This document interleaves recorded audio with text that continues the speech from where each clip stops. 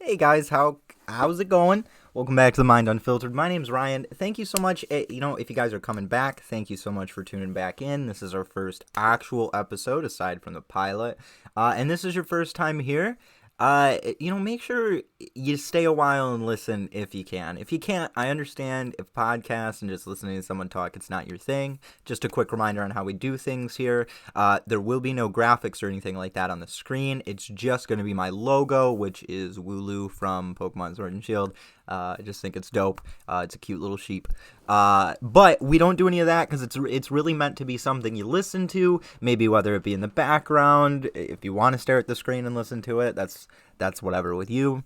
But with, formalities and stuff like that out of the way, this episode I really wanted to center it around some of the things that I did to help me get over some of the worst things that happened when I had my mental breakdown, I had my anxiety and panic attacks and stuff like that. Quick note, one more thing. We do drink coffee around here, so I usually have my coffee with me as we start an episode. So if you hear me take a pause or a sip, I apologize. It'll sound something like this. Coffee.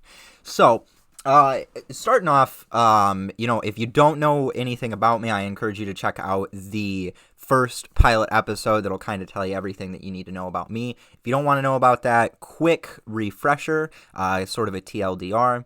My name's Ryan. I had a mental breakdown almost 2 years ago.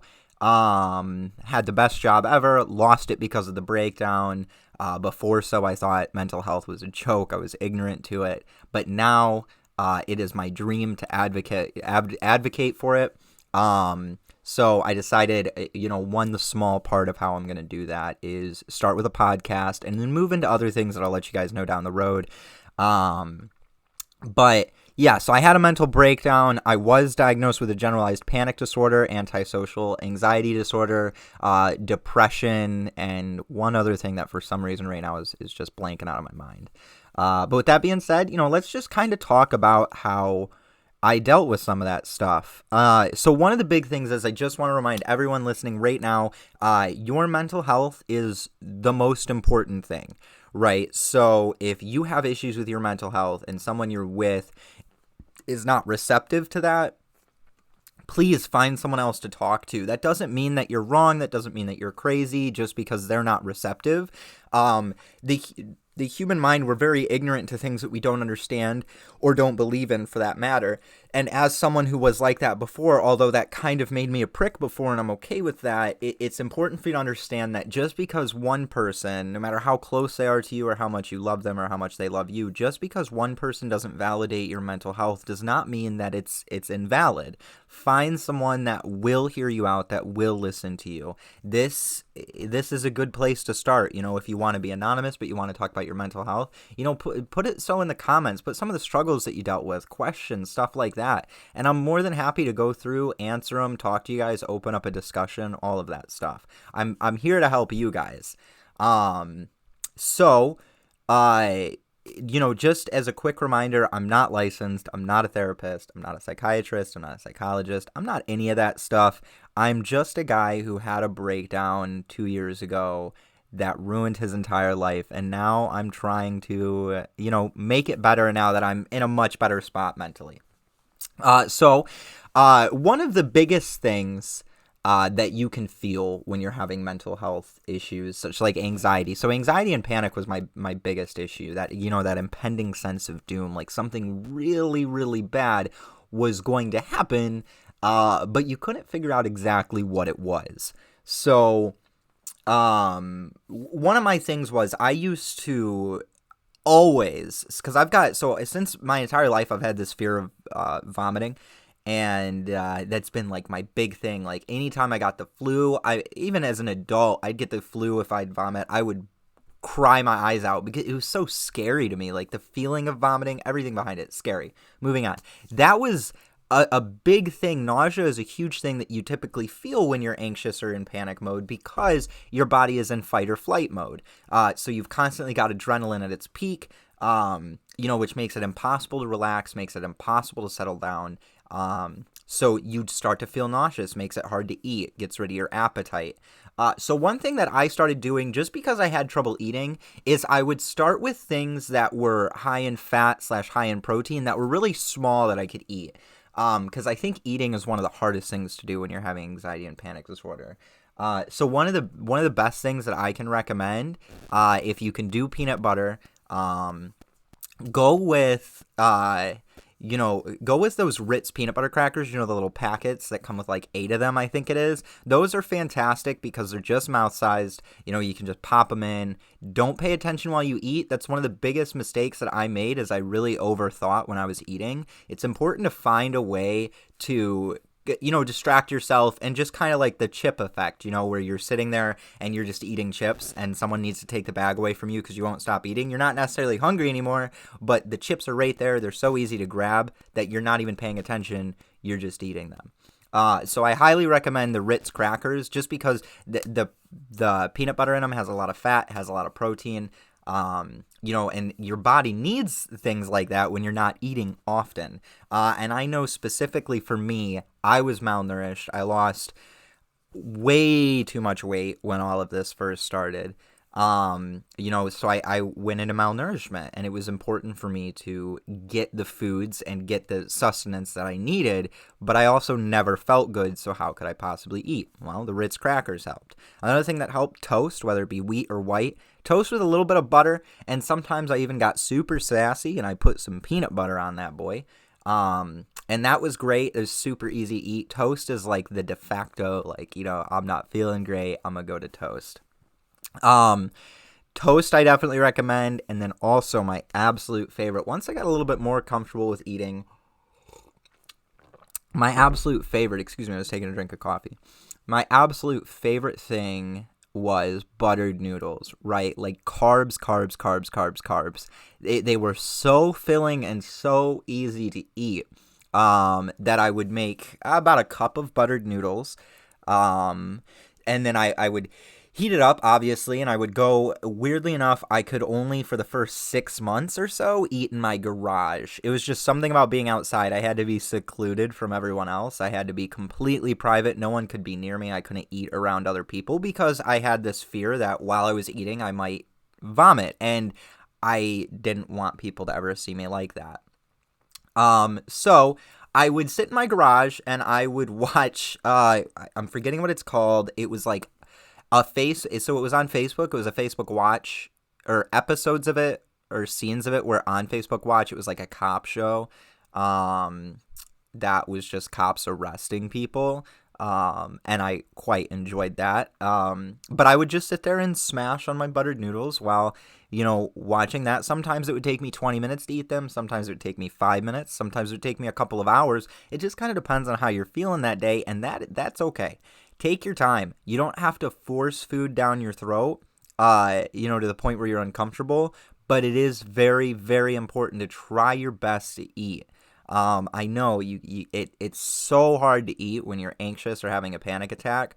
But again, this is mostly if you have basically 24/7 panic and anxiety. I'm not saying that if you just have an anxiety attack tomorrow to start shoving food down your throat. This is only if you're going through a breakdown, and you're going substantial periods of times feeling like crap and not eating. So that is pretty much how I would handle food. It's funny because when I first had my breakdown, I thought there was no way this is mental health. It must be something I'm eating. So I cut most dairy out of my diet because I thought that I was lactose intolerant. Oh, excuse me. I cut gluten out of my diet for a little while. Again, I brought it back in with buttered noodles and stuff like that, but I cut gluten out of my diet for a little while because I thought maybe I had celiac disease or gluten intolerance. And then obviously I had ended up going and seeing a professional and realizing that I was just having some panic and anxiety disorders. But moving on from that, the garage was really like, I used to eat in there. The garage was really like a safe place for me. And I know there's all this stigma and people joke behind, can I get you your safe space? When you have anxiety, when you have depression, when you have panic, you need a space that is yours, a space that everyone knows, is your space. And when you're there, they need to leave you the F alone. And one of the things that I did was, even though my family that I lived with at the time, now I'm in my own house, but my family that I lived with at the time, they didn't believe in mental health, but I did tell them, hey, if I'm in the garage, I'm having a moment, leave me alone unless it's an emergency or you absolutely have to talk to me. And it worked out great. It was my lonely place. If you can't find a place like that, I would recommend maybe going over to a friend's house and letting him know that you're going to go sit in his bathroom for an hour or something like that. It's just important to have a space that is yours, that no one's going to bother you in, because it gives you that sense of security. So with that being said, mine was my garage, and it was the middle of winter when my breakdown hit its peak.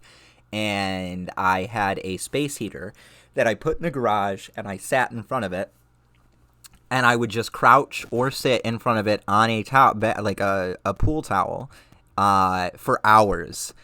And I would get to the point where my little corner in the garage was warm and I was comfortable despite it being -10 outside. And I would just sit out there and I would watch stuff on my phone. And that was like, those were my happy times. And I do that from like 8 o'clock at night all the way until 4 o'clock in the morning, because I could never sleep because I always felt like trash. Which brings me to my next point. How did I sleep? That was the most awkward part. So when you have a breakdown or you have panic or you have anxiety, or in my case, I actually do have insomnia. So I am supposed to be taking medication for it. I refuse to, just because I don't trust sleeping pills, but that's a personal thing. Please, if you're prescribed medication and it's going to help you, do it. But with that being said, I would pace behind the garage until I was exhausted. And I would wait for a moment where I felt less anxious and less nauseous, and I'd be like, okay, now's my time. And I'd go inside, I'd get in bed, and I'd immediately try to fall asleep. And most of the time it didn't work. I'd have to get up and go right back outside. I was never inside for long. I developed a pretty good tolerance to the cold over that winter, I'll tell you what. But I just find something that makes you comfortable, that makes you feel better. Like one thing that I started doing towards the end of my mental breakdown that I wish I would have known of before is chamomile tea. Now, I know that seems obvious. If you can't sleep, drink some chamomile. But I mean, it really works. And it could just be all the placebo effect, but it worked really well for me. I used to call it hot grass because I don't like tea. I'm a coffee drinker. Cheers to you. That was me hitting the mug against the mic. Sorry. That was, cheersing. But with that being said, there were plenty of times where I would call my buddies and I'd be like, hey, can you bring me some hot grass over? And I had some great friends in my life that would bring me my tea and bring me stuff like that when I was having those moments. So I recommend chamomile tea if you can stomach it. Black tea is also great. Just look for a tea that you enjoy. Tea in itself is just very soothing, no matter what flavor it is, because it's hot and it's very thin. It's thin like water, so you don't have to worry about it being too thick or creamy or anything like that. You just drink tea, and it should help you fall asleep as long as you try to stay relaxed. And that's another thing. Staying relaxed.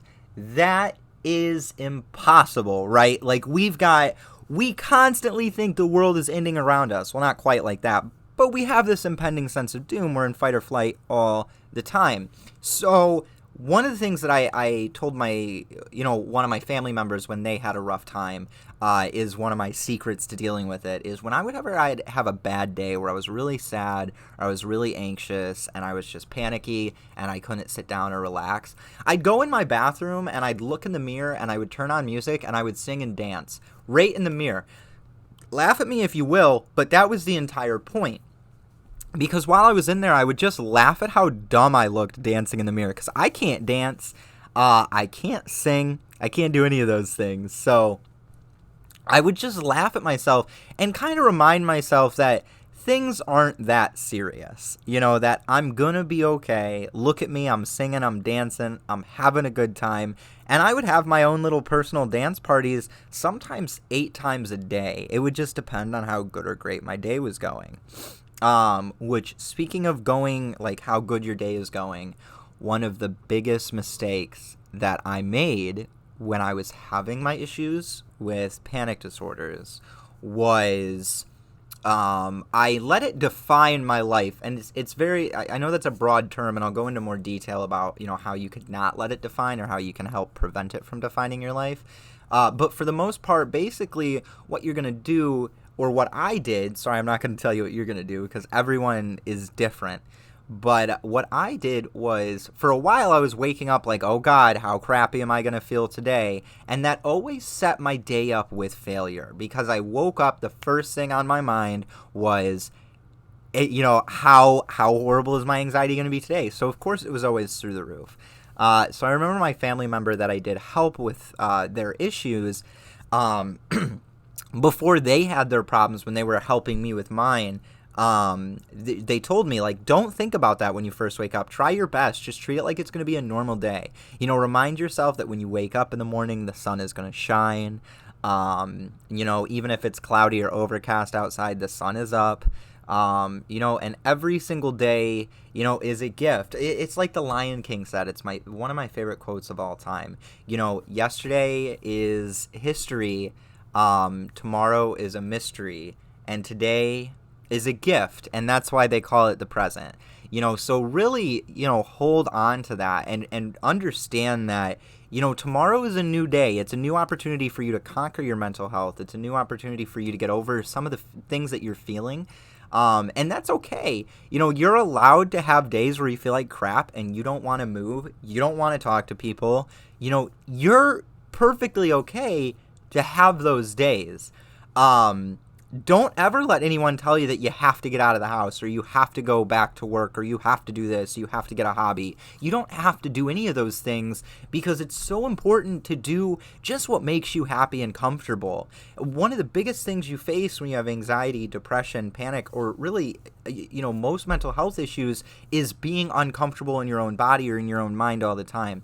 So the most important thing is to just find something that makes you comfortable. As long as you're not hurting yourself or anyone else, you're gonna be okay.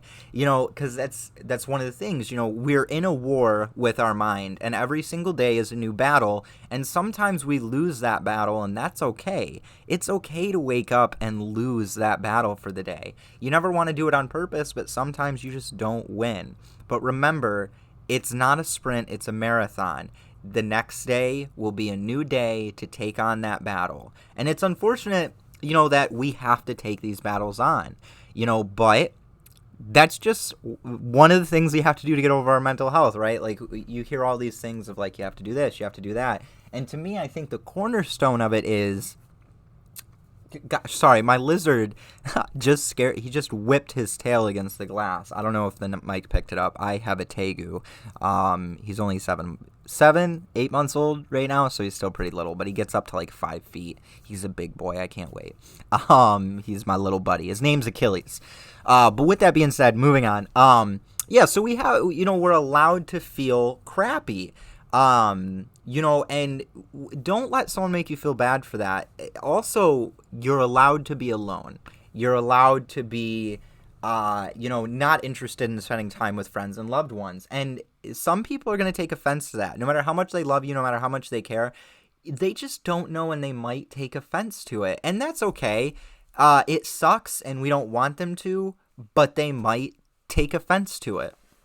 So I would recommend, if you're having those types of days where you don't want to talk to them, or in my case, it was weeks or months, let them know, be upfront with them, be like, listen, I'm having a moment. It has nothing to do with you. I just need time to work on myself. And no matter what they say, you just have to let it go, because you need that time to work on yourself. It's okay to be alone.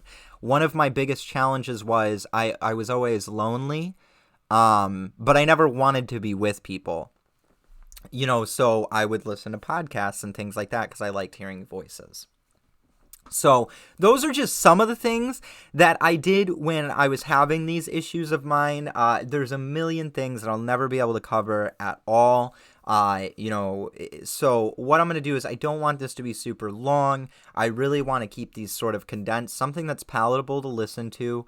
So we are going to end it. However, I do want to leave you with this. My next episode on the Mind Unfiltered, we're going to be talking about things that friends, family, loved ones, really anyone in your life can do to help you with your mental health issues and with, these struggles that you face, especially for people who don't believe in it, like my family.